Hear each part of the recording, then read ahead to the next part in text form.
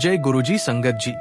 गुरुजी का अनंतम अनंतम शुक्राना और गुरुजी के श्री चरणों में मेरा कोटि कोटि प्रणाम। और गुरुजी की प्यारी सभी संगत को जय गुरुजी। संगत जी, मुसीबतों का अंधेरा कितना भी गहरा क्यों न हो, गुरुजी की कृपा का उजाला उसे मिटाने के लिए काफी है। संगत जी, बस आप ये बातें याद रखें। शिकायत मत करें, शुक्र करें।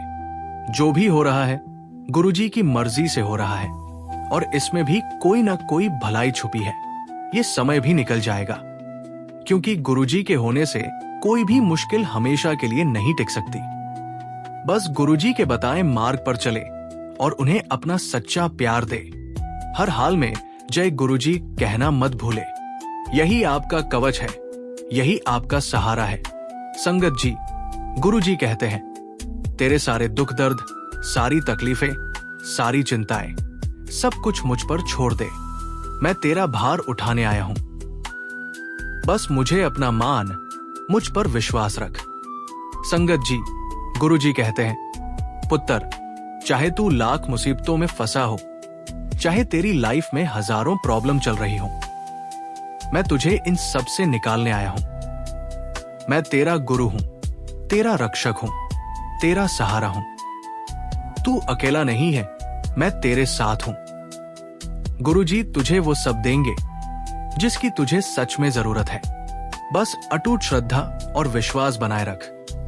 संगत जी, आज का सत्संग बहुत प्यारा है, बहुत सुंदर है। गुरुजी की प्यारी और ब्लेस्ड संगत का सत्संग है।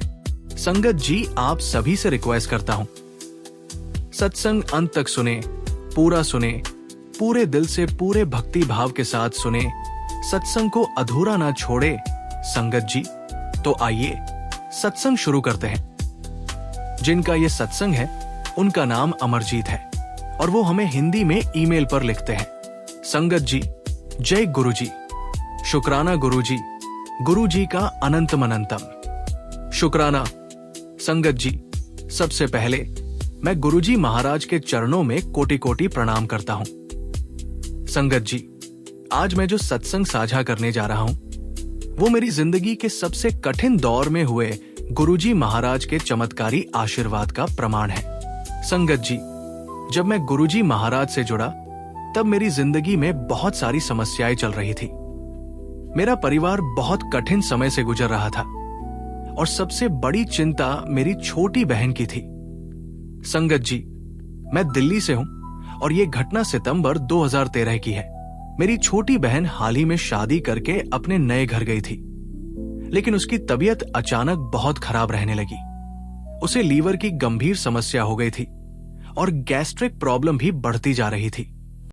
उसकी तबीयत दिन ब दिन बिगड़ती जा रही थी और हम सब बहुत परेशान थे। मेरी मां हर समय चिंता में रहती थी और हमें समझ नहीं आ रहा था कि क्या किया जाए। उसी दौरान मेरा एक बहुत अच्छा दोस्त जो कि गैस्ट्रो डायग्नोस्टिक प्रैक्टिस करता था, उसने मुझे सुझाव दिया कि किसी अच्छे डॉक्टर को दिखाऊं और जल्द से जल्द इलाज शुरू करवाओ। हमने हर संभव इलाज करवाने की कोशिश की, लेकिन कोई फायदा नहीं हो रहा था। एक दिन मेरी बहन की तबीयत इतनी ज्यादा बिगड़ गई कि उसे आईसीयू में भर्ती कराना पड़ा। डॉक्टरों ने कह दिया कि अब कुछ भी हो सकता है।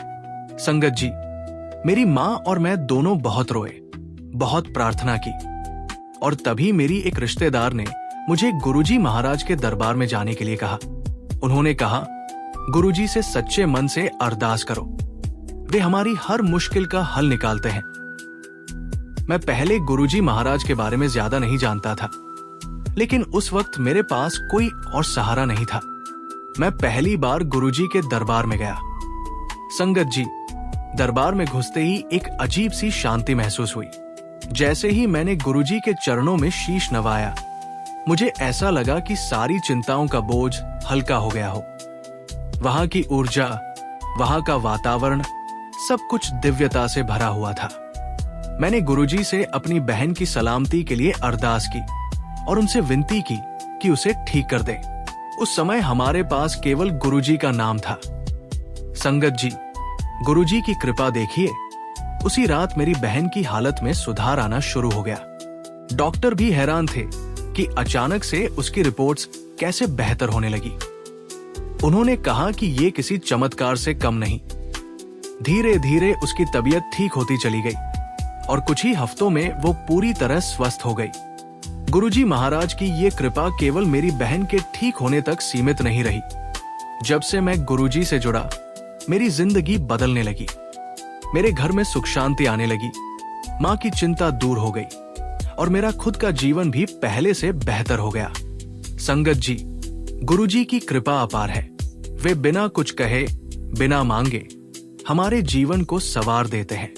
हमें बस उन पर अटूट श्रद्धा और विश्वास रखना है। गुरुजी महाराज हमें बार बार ये एहसास करवाते हैं कि वे हमारे साथ हैं। बस हमें अपने दिल से उन्हें पुकारना है। जब भी हमें कोई तकलीफ हो, हमें घबराना नहीं चाहिए, बल्कि गुरुजी के चरणों में समर्पित हो जाना चाहिए। वे हमारी हर मुश्किल आसान कर देते हैं। संगत जी, ये अनुभव मेरे लिए एक नई शुरुआत थी। ये सिर्फ एक सत्संग नहीं, बल्कि मेरे जीवन का सबसे बड़ा मोड़ था।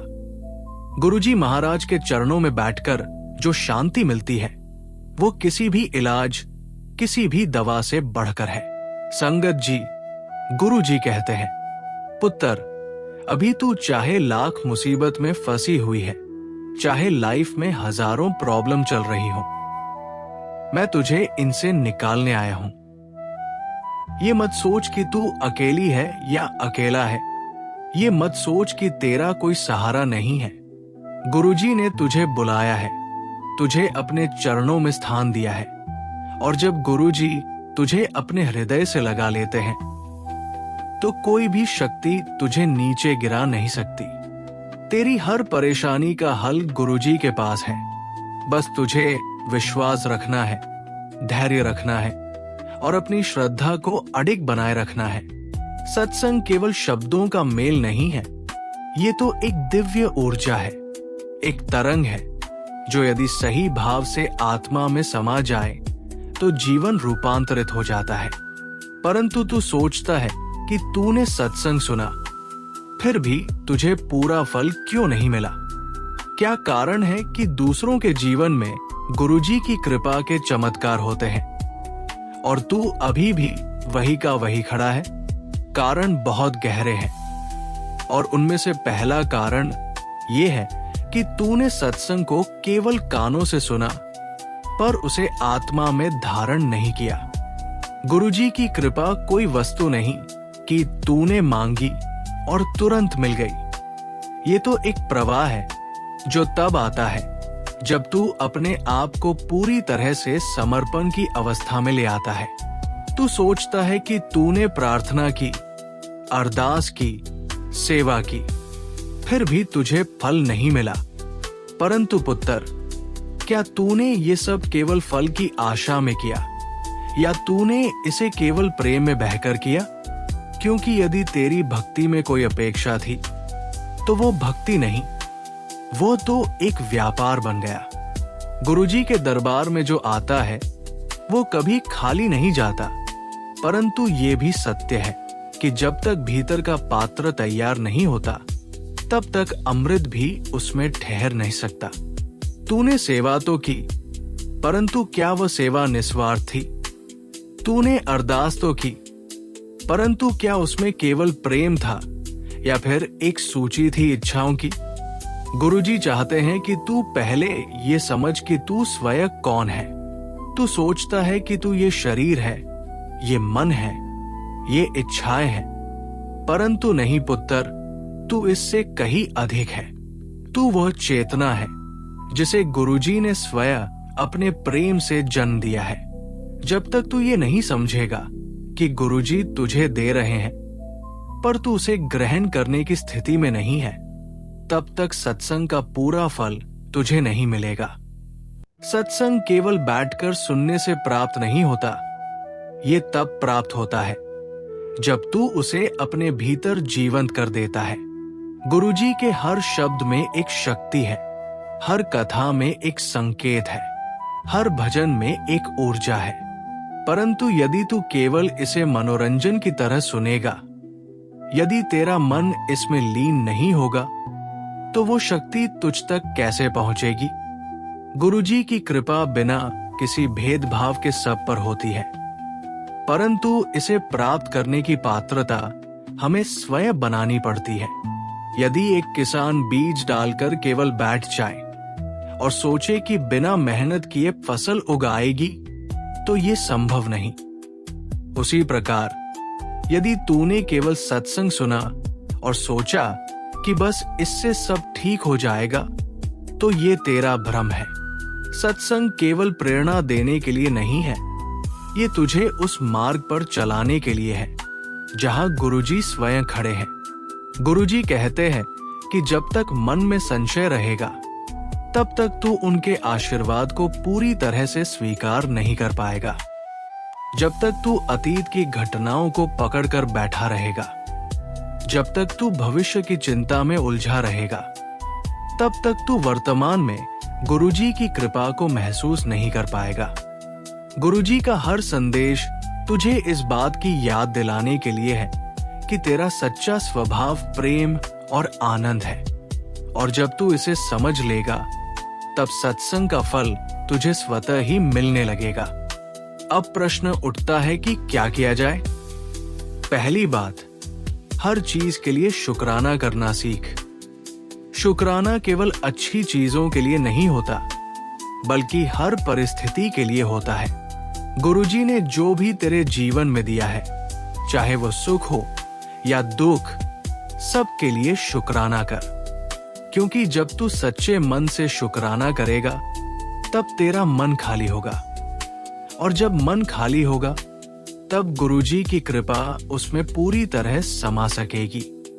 दूसरी बात, तू अपनी साधना में सच्चाई लाना शुरू कर। केवल दिखावे की पूजा, केवल बाहरी रूप से सत्संग में जाना, केवल सेवा करना पर्याप्त नहीं है। ये सब तभी फल देगा जब तेरे भीतर श्रद्धा होगी, प्रेम होगा, और सबसे बढ़कर समर्पण होगा।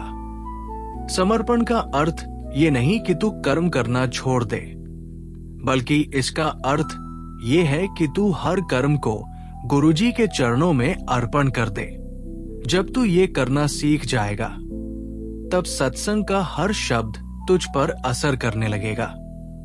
तीसरी बात, सेवा कर, परंतु बिना किसी अपेक्षा के। सेवा का अर्थ केवल भौतिक सेवा नहीं होता।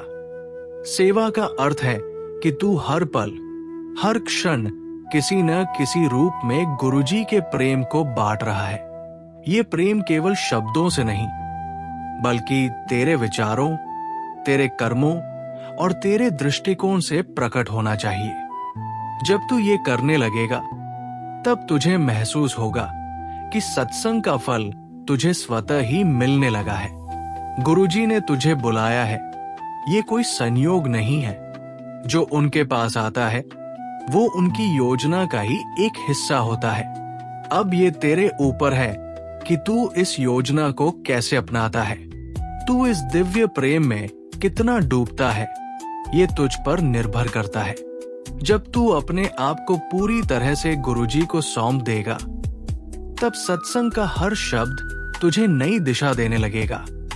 हर भजन तेरा मार्गदर्शन करेगा, और हर अनुभव तुझे उस परम सत्य की ओर ले जाएगा जिसे गुरुजी तुझे समझाना चाहते हैं। इसलिए पुत्र, अब से सत्संग को केवल सुनना मत, उसे जीना शुरू कर।